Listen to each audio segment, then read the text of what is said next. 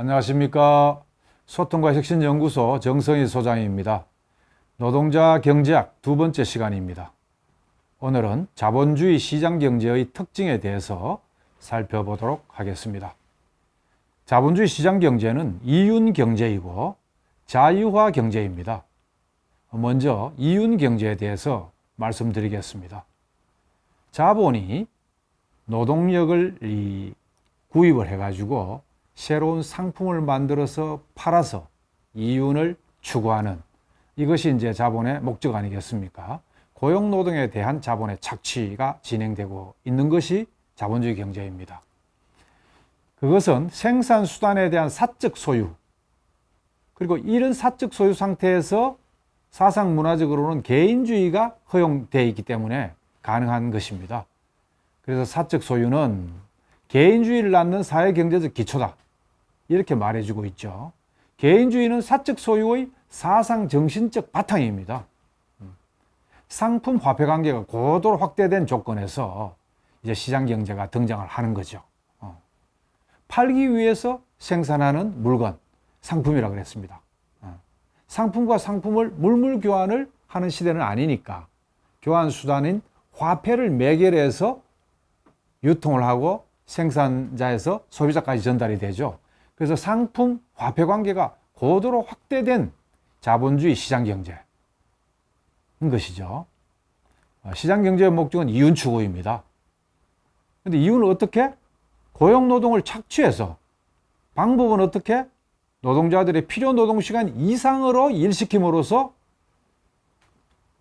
이윤이 생기죠. 잉여 가치가 생기고 이윤의 원천이 생기고 이렇게 되죠. 자, 그래서 노동자가 고용되어서 하루 동안 일하는 시간, 그거를 필요 노동 시간, 그리고 잉여 노동 시간 이렇게 얘기합니다. 필요 노동 시간 플러스 잉여 노동 시간으로 하루의 노동일이 구성이 됩니다. 예를 들어서 하루에 8시간 일한다. 물론 잔업 철야 특권도 있습니다만 8시간만 놓고 보더라도 어떤 물건을 생산하는 데에는 4시간만 사회적인 평균 필요 시간이 4시간만 일하면 된다는 거거든요. 그 나머지 4시간, 이것은 노동력의 재생산 비용이 아니라 자본가에게 돌아가는 잉여가치, 이윤의 원천입니다. 만약 이것이 하나도 없다면 자본주의는 성립하지 않겠죠.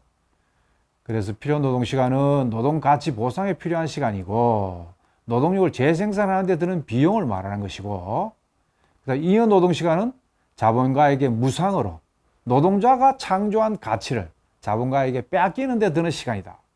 이렇게 얘기가 되고 있습니다. 자, 잉여 가치.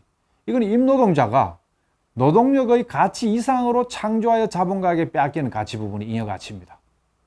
이유는 자본가들이 근로자들을 착취하고 수탈하여 취득한 불로소득이죠. 그래서 잉여 가치율은 잉여 가치는 오직 가변 자본, 노동력에 의해서만 창조됩니다. 그래서 잉여 가치율을 가변 자본분의 잉여 가치, 이것이 잉여 가치율입니다. 동시에 착취율이라고도 할 수 있죠. 고용 노동에 대한 자본의 착취 정도를 말해주는 것입니다. 예를 들어서 가변 자본 V가 하락을 했어요. 그럼 분모가 커지지 않겠습니까? 동일한 잉여 가치일 경우에 착취율이 높아지죠. 가변 자본을 낮추기 위해서 노동시간을 연장을 하고 똑같은 임금을 주고도 노동시간을 연장을 하고 노동 강도를 강화시키고 또 노동 생산성을 높여서 잉여 가치를 키웁니다. 잉여 가치율을 키웁니다. 착취율을 높이죠. 착취에 크게 영향을 주는 시간, 요인, 이것은 바로 방금 말씀드렸듯이 노동시간을 연장하고 노동 강도를 강화하고 과학기술이 발전됨에 따라서 노동 생산성이 향상되고 1시간당 생산량이 더 많아지고 또 1인당, 노동자 1인당 생산성이 더 많아지는 것을 노동 생산성이라고 합니다. 이거는 갈수록 커지죠. 그러나 임금은 노동 생산성 향상만큼 인상시켜주지 않거든요. 오히려 지금 올해 같은 경우는 물가는 오르는데 임금은 동결입니다. 실질 임금이 하락되는 것을 얘기하죠. 그래서 물가라든지 세금 인상이라든지 그다음 은행 돈 빌릴 때 이자율을 높인다든지 이건 전부 다 노동자들에게 실질 소득을 약화시키는 요인입니다. 이유는 잉여가치율하고 다르게 총자본, 투자한 불변자본, 가변자본, 이 총자본이지 않습니까? 총자본에서 잉여가치가 얼마냐? 이걸 가지고 이윤율이라고 그럽니다. C 플러스 V 분의 M 곱하기 100. 자본의 정식 정도를 말해주죠. 이윤 크기에 영향을 주는 요인은 바로 착취율. 착취율을 높이면 이윤이 커지죠. 자본 규모가 크면 이윤을 커지죠. 자본이 좀 적더라도 회전을 빨리 하면 이윤이 커집니다. 자, 그래서 이윤율에 미치는 영향은 가변자본만이 아니라 불변자본도 영향을 준다. 그러나 오직 잉여가치율은 가변자본만이, 노동력만이 창조하는 가치다 하는 것을 꼭 기억해 주시기 바랍니다. 자, 이윤율은요, 아까도 말씀드렸듯이 불변자본이라 그러면은 토지, 그 다음에 공장, 기계, 변하지 않는, 이걸 불변자본이라 그러는데 죽은 노동이라 그럽니다. 불변자본도 결국은 따지고 가면은 자연물에서 취득을 하거나 가공을 해서 결국은 원자재를 만들고 그러지 않습니까? 그게 노동력이 들어가거든요. 그러나 이미 원자재가 됐거나 공장이 됐거나 토지가 된 이런 상태에서는 움직이지 않으니까 불변자본이라고 얘기하는 것이죠. Constant Capital이라고 합니다. 가변자본은 Reliable Capital. 노동자는 사람마다 다 다르잖아요. 그래서 오직 가변자본, 노동력만이 가치를 창조하는 것이죠.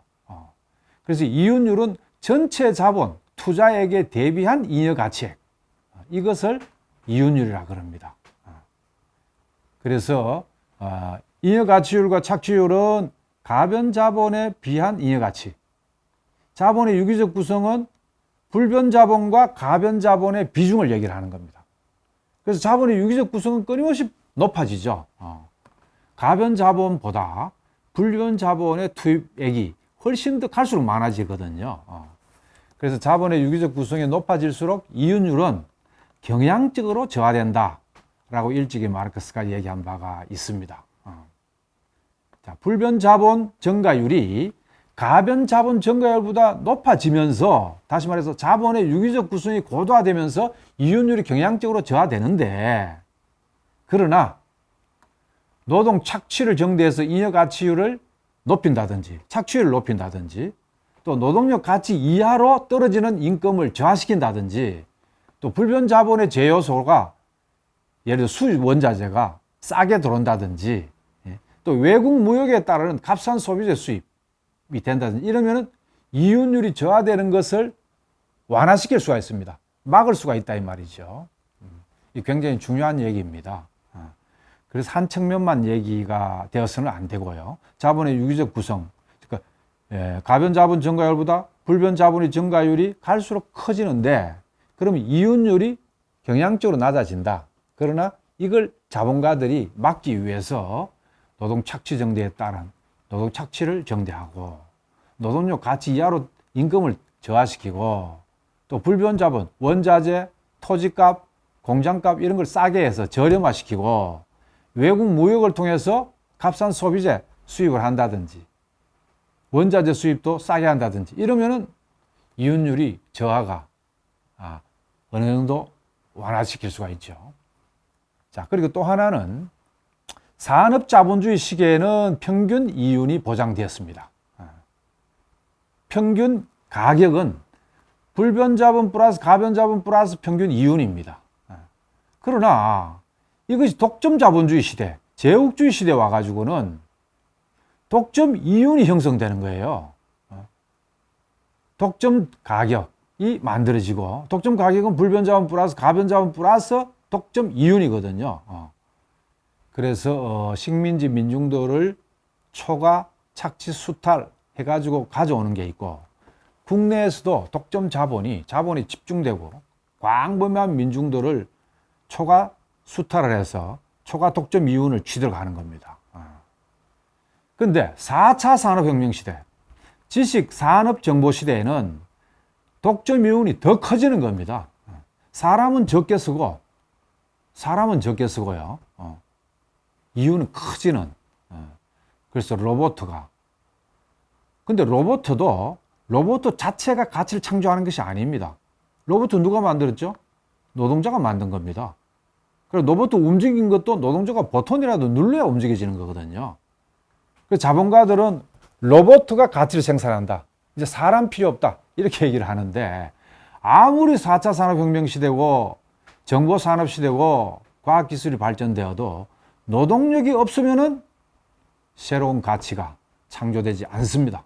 이거는 변함없는 사실입니다.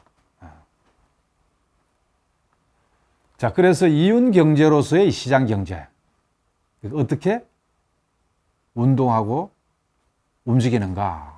자본주의 생산의 목적으로 더 많은 이윤을 짜내는 것이 자본의 목적 아니겠습니까? 그 수단으로 임노동자들을 가혹하게 착취하는 것이거든요. 그래서 자본주의 기본적인 경제 법칙은 자본주의 발전에 따라서 서로 다른 양상을 보이긴 하지만 산업자본주의 시대는 평균 이윤이 작용했고 독점 자본주의 시대에는 독점 이윤이 작용했고 제국주의 시대에는 식민지 초과 독점 이윤을 가져올 수 있었던 이런 이제 법칙이 작용한다는 거죠. 특히 지금은 제국주의 시대입니다.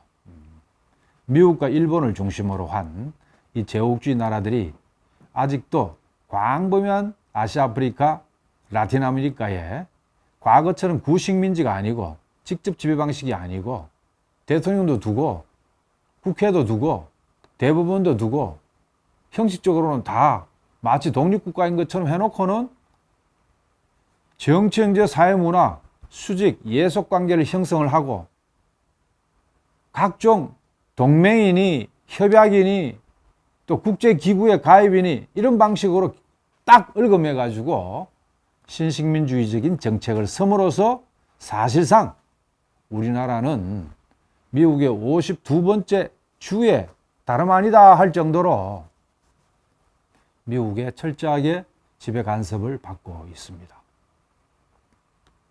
요번에도 보세요. 미국이 얼마나 이기적입니까? 인플레법. 분명히 전기차 세금 감면을 평등하게 해줘야 될 거 아닙니까? 그런데 북미 나라에서 생산되지 않는 전기차는 세금 감면 없다. 그럼 우리나라에서 생산해가지고 미국 수출하면 세금 감면 없는 거예요. 가격 경쟁력이 떨어지죠. 물건이 당연히 안 팔리겠죠? 막대한 손실을 가져올 겁니다. 그래 놓고는 지난번에 바이든이 와가지고 뭘 요구했습니까? 미국에 공장 지으라고, 고용 창출하라고 현대자동차는 무려 97억 달러나 투자하겠다고 약속을 했습니다.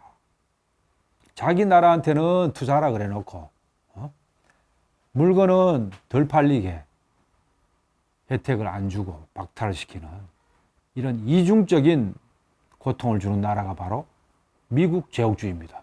지금은 미국을 중심으로 한 제국주의 시대입니다. 이제 그 수명이 얼마 남지는 않은 것 같지만 마지막 최후의 발악 차원에서 대중국 견제, 대북 압박, 대러시아 봉쇄 조치에 대한민국을 100% 앞장 세우려고 거기에 윤석열 정부가 자진해서 앞장섬으로써 지금 많은 정책 착오를 일으키고 있습니다. 일본 같은 경우는 미국의 등에 업고 자기 힘을 키우는데 100%또 이용을 해요. 신군국주의, 보통 국가로 만들기 위한 일본 헌법에 평화국가라고 딱 못을 박아놨거든요. 전쟁을 일으킨 전범국가이기 때문이었습니다. 근데 지금 그걸 풀어달라고 개헌운동을 벌이고 있고 그 다음에 자위대 군사 대국화를 끊임없이 추진을 하고 있습니다. 자, 제국주의 시대의 이 특징, 자국과 식민지 민중에 대한 착취와 약탈뿐만 아니라 침략 전쟁을 일삼고 경제의 군사화, 군수산업이 또 굉장히 발전되어 있어요. 미국의 역대 대통령들, 부통령들 그 내역을 보면은 군산복합체의 임원들, 고문직, 자문위원직 이런 거 맡는 사람이 많았습니다. 그만큼 오늘날의 제국주의 나라들은 경제가 군사화되어 가고 있고, 우리 한국도 사실은 남북 대결 상황이라서 그렇다고 이렇게 치부하지만 그게 아니라 사실은 이 군산복합체가 일종의 마피아처럼 결탁이 되어 있어요. 군부와 그 다음에 이 군수산업, 이것이 이제 결탁이 되어 있어요. 이것도 국제적으로도 결탁이 되어 있습니다. 미국의 비행기를, 다른 나라 비행기가 아니고 미국 비행기를 사기 위해서 로비하고 국내 군부와 군수산업이 결탁이 되어 있다는 것입니다. 자, 제국주의 시대의 독점 자본주의 시대의 독점 가격은 생산비 플러스 독점적 고율 이윤이기 때문에 모든 민중이 생필품은 다 사잖아요. 독점 가격 주고 사지 않습니까? 자, 임금도 필요 노동 시간만큼 다 받지를 못해서 착취당해. 그 다음에 물건을 또 독점 가격을 주고 삼으로써 또 수탈당해. 또 부자 감세를 해줘요. 법인세 감면을 해주고 종부세 깎아주고 이러면서 근로소득세 원청징수 꼬박꼬박 받아감으로써 또 물건 하나 사면 다 간접세가 포함되어 있습니다. 부자나 가난한 사람이나. 그 세금으로 또 수탈당하고 은행에서 돈 빌리면 이자로 또 수탈당하는 이런 체제가 노동자 민주에게 유리한 경제겠습니까? 한번 생각해 볼 필요가 있습니다. 자본주의 시장 경제의 두 번째 특징은 자유화 경제라는 것입니다. 이윤 경제와 함께 자유화 경제입니다. 자본주의는 국가의 통일적인 지도 없이 개인의 이해관계에 따라서 자연 발생적으로 무정부적으로 움직이는 경제가 바로 자본주의 경제입니다. 수요와 공급이 항상 일치가 되지 않거든요. 우리 일반 서민들은 생필품 위주로 여러 물품을 이제 수요가 원합니다.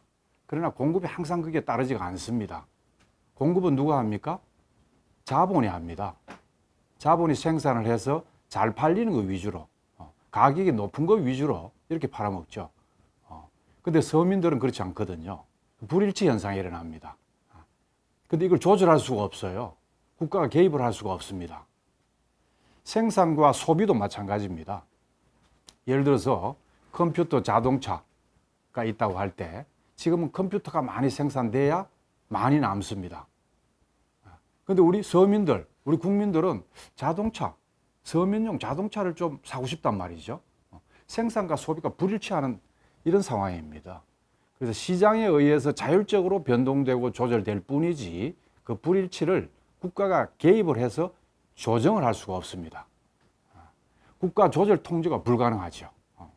그래서 시장 경기에 따라서 예를 들어서 생산재 경제 부문, 소비재 경제 부문, 이게 유기적으로 잘 굴러가야 되는데 여기에도 불일치가 이제 발생을 할 수가 있고요.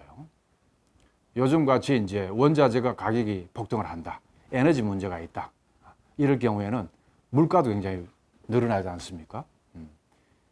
근데 그걸 잡으려고 금리를 올려가지고 풀린 돈을 회수한단 말이죠. 실물 경제를 이 금융, 이 화폐 경제하고 실물 경제가 정확하게 일치가 되지를 않습니다. 근데 화폐 경제를 통해서 실물 경제의 문제, 불일치 현상을 극복한다는 것은 어불성설이죠. 자본주의 경제의 한계라고 볼 수가 있습니다. 무정부적으로 이렇게 이제 생산이 작용을 합니다. A, B, C, D 이 생산자들이 있다, 기업주가 있다고 했을 때 서로 경쟁을 치열하게 하죠. 인건비 싸게, 원자재 싼 거, 잘 팔리는 거 위주로 해서 생산은 그냥 막 합니다. 근데 이것이 소비가 되지 않고 팔리지 않을 경우에는 재고가 쌓이죠.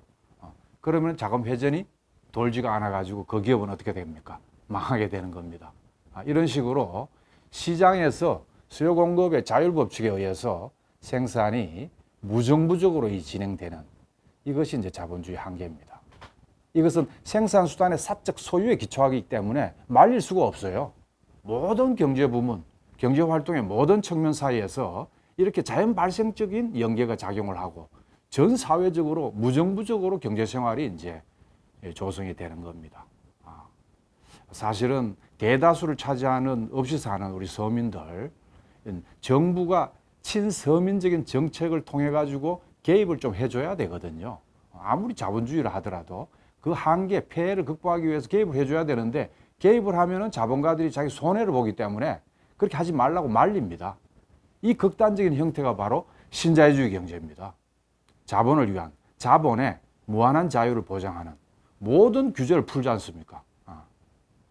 노동자들도 유연하라 그래가지고 비정규직을 늘리고 언제든지 쓰고 언제든지 버릴 수 있도록 이렇게 하고, 토지 같은 경우도 자연 환경을 위해서 규제를 해놨어요. 그런 걸 풀려고 끊임없이 이 로비를 합니다. 이 자본가들은 국회 정부를 상대로 해서 그걸 또 풀어줍니다. 시원찮은 이 지자체 단체장들 있지 않습니까? 세수를 얻으려고 그린벨트를 막 풀어주는 거예요. 이게 바로 신자유주의의 폐해입니다. 이게 바로 무정부적으로 진행되는, 자연 발생적으로 진행되는 자본주의의 근본적인 한계라고 볼 수가 있습니다. 가치 법칙이 무제한적으로 작용하죠. 자유화 경제이기 때문에. 가치 법칙은 무엇입니까? 노동일. 노동자가 하루의 노동시간을 노동일이라 그럽니다. 여기에는 필요 노동시간과 잉여 노동시간. 필요 노동시간은 노동력을 재생산할 수 있는 비용이고, 잉여 노동시간은 노동자가 창조하는 가치를 무상으로 자본가가 가져가는, 이것이 이제 잉여 노동시간 아닙니까? 그런데 이 전체 노동일 중에서 어떤 사람은 4시간만 일하고 8시간 몫을 가져가요. 어떤 물건을 생산하는데 8시간이 필요하다고 할 때, 어떤 사람은 4시간만 일하고도 다 그 몫을 찾아간다고 할 때 이득을 보죠. 그리고 8시간만 일하고도 물건을 하나 만들 수가 있는데 12시간, 14시간을 일하는 사람이 있어요. 이럴 경우는 손해를 보죠. 굉장히 어렵게 살게 되겠죠. 이런 식으로 치열한 무제한 경쟁 과정에서 일정하게 생산력을 향상시키는 측면도 있습니다.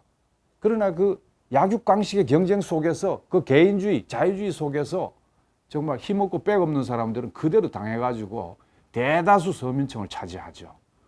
이것이 빈익빈, 부익부, 불평등의 근본 원인입니다. 치열한 무제한 경쟁 지배. 이것이 자유화 경제, 시장 경제의 추진력이기도 한데, 또 대다수 정말 노동력밖에 가지고 있는 게 없는 이런 사람들한테는 매우 불리한 이런 상황입니다. 그래서 돈 있는 사람들은 떵떵거리고 놀고 먹지 않습니까? 자본을 투자를 합니다. 정권도 사고, 아니면 직접 기업도 운영을 하고 장사를 하고, 이럴 때 노동자들을 고용해서 잉여 가치를 낳아서 이윤을 창출해서 그 다음에 다시 재투자를 해서 확대를 해서 이렇게 갈수록 잘 사는데, 대다수 서민들은 그렇지 않다. 이것이 자유화 경제의 한계입니다. 자유화 경제가 있기까지는 이 자유경쟁에서 또 독점 경쟁으로 이렇게 이제 전환이 되죠. 우리나라만 하더라도 100대 재벌, 30대 재벌, 이제 5대 재벌로 집중됐습니다. 수많은 중소 영세기업에 있어요. 종업원 수로 보면은 거의 90% 이상을 차지하는 기업 수로 보면은 그렇게 차지하지만은 정말 생산력이나 이윤이나 이런 건 대다수 거의 지배적으로 재벌, 외자가 다 가져가는 거죠. 그래서 사실은 중소 영세 기업들은 임금이 따먹는 겁니다. 자기기업에 고용되어 있는 노동자들한테 저임금 장시간 노동 시키고 정말 불공정한 그런 거래 속에서, 원하청 관계 속에서 외자와 재벌에 정말 어쩔 수 없이 계약은 체결하고 유지하기 위해서 노동자한테 부담을 전가할 수밖에 없는 이런 독점 경쟁이 이제 진행이 되는 겁니다. 상당히 악랄한 수법으로 진행이 되죠. 인건비도요, 지금 인건 형태가 굉장히 바뀌고 있습니다만은 인건비를 낮추기 위해서 별의별 수단을 다 취하고 있습니다. 지금 연봉제로 가고 있는데요. 이건 사실은 1년에 뭐 4천, 5천 준다고 이렇게 말은 하지만 그 안에 모든 걸 포함해서 퉁 치는 거 아닙니까? 노동시간을 연장하는 걸 은폐시키기 위한 수단입니다. 옛날에는 연공서열제였습니다. 능력이 있든 없든 건속연수가 오래될수록 호봉이 올라갔거든요. 이제 이것도 거의 없어지고 있습니다. 개별적 노사관계, 임금 체결은 개별적 노사관계거든요. 근로관계, 계약을 맺는데 이럴 때 이제 개개인별로 차등을 두고 경쟁을 시키기 위해서 임금 형태도 굉장히 바꾸고 있다 하는 사실도 우리가 꼭 기억해야 되겠습니다. 자본주의 경쟁에는요, 시장, 자원, 기술, 인재 모든 측면에서 치열한 경쟁이 벌어지고 있습니다. 시장에서도요, 시장 정탈전이 얼마나 치열합니까? 자원에서도 그렇습니다. 같은 에너지라도 미국에 이제 옛날에 중동 석유, 지금 러시아인 천연가스, 이거 다 대체 에너지 아닙니까? 이 과정에서 굉장히 치열하게 이제 미국의 이제 셰일 가스 같은, 셰일 오일, 이런 것들을 많이 팔아먹기 위해서 중동의 옛날에 사우디 같은 데서는 정말 페트로 달러라 그래가지고 사우디는 석유를 많이 생산을 하고 그걸 달러로 결제하는, 그래서 사우디, 중동과 미국이 윈윈하는 이런 체제였는데, 미국이 이제 잘 살기 위해서 오히려 중동에 사우디에 가서 석유 생산을 좀 줄여달라 이렇게 얘기를 했다가 지금 우크라이나 사태 때문에 러시아 제재하는 과정에서 이제 러시아 에너지 수급이 좀 부족할 거 아닙니까? 유럽으로 가는 석유라든지 천연가스가 부족하니까 중동 보고 이제 석유를 더 많이 생산해서 공급하라고 이렇게 이랬다 저랬다 하는 것이 바로 미국입니다. 기술 경쟁도 굉장히 치열합니다. 근데 자본주의의 기술 경쟁은요, 굉장히 낭비가 심합니다. 왜냐하면은 중복 투자가 많아요. 왜냐하면 경쟁에서 이겨가지고 빨리 개발한, 빨리 특허낸 그 기술, 그걸 가지고 이제 이윤을 창출하기 때문에, 그런데 후발주자들이 탈락을 하죠. 그러나 중복 투자가 되는 거예요. 근데 만약 공동체 사회 같으면 어떻게 되겠습니까? A, B, C, D 비슷한 기술을 한다. 그러면은 그럴 필요가 없지 않습니까? 먼저 기술 개발을 한 사람이 공유하면 되는 겁니다. 대외 경쟁을 위해서는 정보를 보호하면 되는 거고요. 굉장히 낭비가 심합니다. 인재 경쟁은 특히 심합니다. 지식, 정보, 산업시대지 않습니까? 사람에 투자하는 것, 사람이 가지고 있는 이 기술, 과학기술을 통한 노동 생산성을 향상시키기 때문에 정말 적은 노동을 통해서 어마어마한 새로운 가치를 창조하거든요. 이제 앞으로는 이 어마어마하게 새로운 가치를 골고루 나누기만 한다면은 우리 모두 적게 일하고 잘 살 수가 있는 세상이 되는데, 자본주의는 이윤축으로 하지 않습니까? 이윤경제라 그랬지 않습니까? 자유경제라 그랬지 않습니까? 그래 놓으니까 어떻게 됩니까? 자본가는 이윤을 위해서 사람을 줄이는 방향으로 나갑니다. 이것이 대량 실업과 비정규직을 낳는 이유죠. 이 경쟁 수법도요, 어느 상품을 만들었다. 가격 경쟁을 위해서 치열합니다. 이번에 이제 바이든이 가격 경쟁, 북미에서 생산되는 전기차가 아니면은 세금 감면을 안 해준다. 한국에서 생산한 전기차는 미국에 수출할 수가 없도록 만들어 놓은 거예요. 가격 면에서 그만큼 불리하도록 만든 겁니다. 이럴 수가 있습니까? 미국에 투자하라고 압박을 가하고 현대, 삼성을 포함해서 경쟁적으로 미국에 투자하겠다고 약속을 한 지가 불과 엊그제인데 지금 전기차는 완전히 봉쇄하는,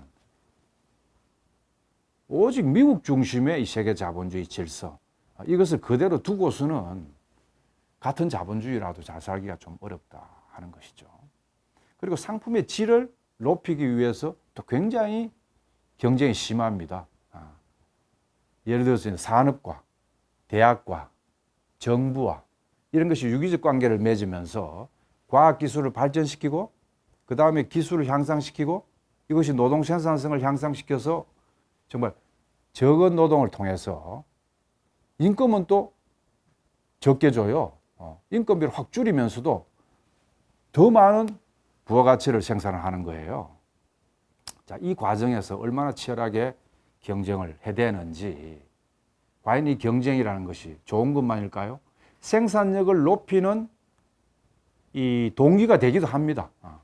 그러나 약육강식의 치열한 경쟁 과정에서 대다수가 탈락하고 소수만 부각되고 잘 사는 이런 체제가 인간 세상에서 옳은 경제 질서일까요? 우리 한번 고민할 필요가 있다고 생각을 합니다. 그래 놓으니까 이 세계 자본주의 경쟁, 세계 자본주의 시장 경제는 항상적으로 이 불균형 상태입니다. 수요 공급이 불일치하고 생산과 소비가 불일치하고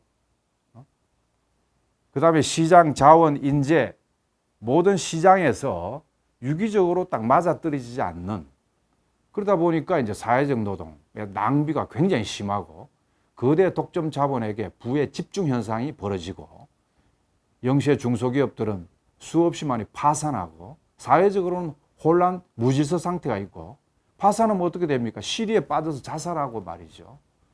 가정이 파탄나고 이런 사회적인 불안이 조성되는 거예요. 그럼 어떻게 됩니까? 인간과 인간 사이에 이 사회가 대립과 모순이 격화되어 가지고 혼란 상태에 빠지지 않겠습니까? 근데 이걸 누가 만들었습니까? 그렇게 고통당하는 사람들이 이 책임입니까? 그래서 자본주의가 이런 문제가 있다 보니까 계획적인 자본주의론, 새로운 논리가 등장을 한 거예요. 국가가 어느 정도 개입을 해야 된다. 정부가 재정정책, 금융정책을 통해서 개입을 해서 조절을 좀 해야 된다. 이런 논리가 등장한 거예요. 이게 대표적으로 우리나라에서는 박정희 군사 독재 시절의 경제개발 5개년 계획이 대표적입니다. 그런데 그 결과가 어떻게 됐습니까? 재벌만 성장하고 수많은 영세 중소기업들은 지금 보시다시피 고용의 거의 85%를 차지하는데도 불구하고 얼마나 어렵게 유지가 되고 있습니까? 외형적으로는 세계 11대 GDP 11, 1인당 국민소득이 3만 달러라고 얘기를 합니다. 3만 달러를요, 4인 가족으로 하면은 12만 달러잖아요. 곱하기 1,000원만 해보십시오. 요즘 환율이 높아가지고 엄청나게 1,300원까지 갔습니다만은. 그러면 1년에 4인 가족, 한 가족당 1억 2천입니다. 한 달에 1,000만 원씩 지출할 수가 있습니다. 소득이 보장되는 나라를 만들었어야 됐잖아요. 근데 어떻게 됐습니까, 지금? 100만 원도 못 받는 노동자가요, 200만 가량 됩니다. 100만 원도 못 받는 노동자가 200만 넘습니다. 그래서 계획적 자본주의, 정부나 국가 개입을 통해서 이 자본주의 시장 경제를 조절한다는 것이 결과적으로는 실패하고 거대 독점 자본만 자본을 축적하고 집중하도록 만드는 결과를 가져왔다. 대표적으로 이 학자가 이제 케인즈입니다. 케인즈가 이렇게 얘기를 했어요. 재정 지출을 확대를 해서 이걸 유효 수요를 창조를 한다.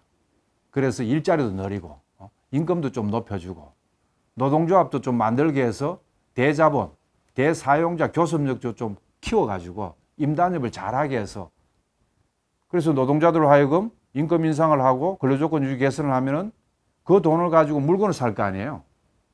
그러면 이제 수요를 촉진시킨단 말이죠. 그 시장을, 경제를 활성화시켜요.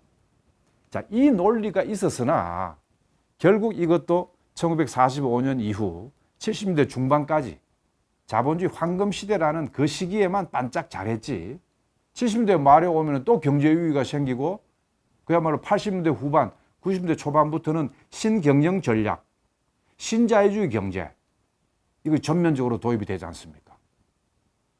케인즈주의에 유효 수요를 창조하는 국가와 정부의 개입을 통한 고용도 창출하고 기업도 활성화시키고 가동률도 높이는 이것이 일시적으로 유효했지만은 자본주의 경제의 병폐를 치유하는 방법은 아니다, 처방은 아니다는 것이 백일하에 증명됐습니다. 자, 그러면은 지난 30년 동안 신자유주의 정책은 성공했나? 보십시오. 전 세계적으로 부익부, 빈익부 세계를 만들어 놓지 않았습니까? 우리나라만 하더라도 860만 비정규직에 청년 실업률이 12%까지 올라갔지 않습니까? 이것이 신자유주의 경제에 낳은 처참한 상황입니다.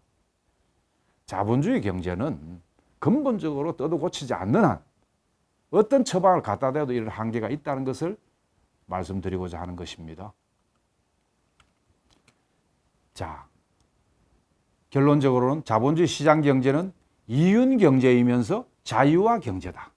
이윤 경제의 원천은 오직 새로운 가치는 노동력이 있어야만이 창조를 한다. 그러나 필요 노동 시간만큼도 주지를 않고 그다음에 잉여 노동 시간, 이 창조하는 잉여 가치를 원천으로 해서 이윤을 극대화하는 것이 자본주의다. 필요 노동 시간, 이 임금을 적게 주기 위해서 노동 시간 연장을 하고 노동 강도를 강화하고 그다음에 물가를 올려가지고 실질 임금을 줄이고 이렇게 하고 있다는 사실.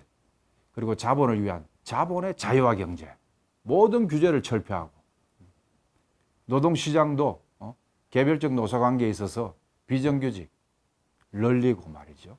임금도 연봉제로 체결하고 이렇게 하는 자유화 경제. 사회적 낭비가 심하고 항상적인 불일치, 불균형 상태가 오고 거대 독점 자본으로 부가 집중되는 사회적 혼란과 무질서, 불안을 야기시키는 이 뭔가 이 근본적인 이 문제가 있는 이 자본주의 이 병폐, 이걸 한번 뜯어 고칠 그런 생각 없었습니까? 자, 오늘은 여기까지 하겠습니다. 노동자 경제학 세 번째, 다음 시간에는 자본주의 시장 경제의 종류, 경기 변동에 대해서 요즘 뭐 환율, 물가, 금리, 그죠? 이런 관계에 대해서 한번 살펴보는 시간을 갖도록 하겠습니다. 안녕히 계십시오.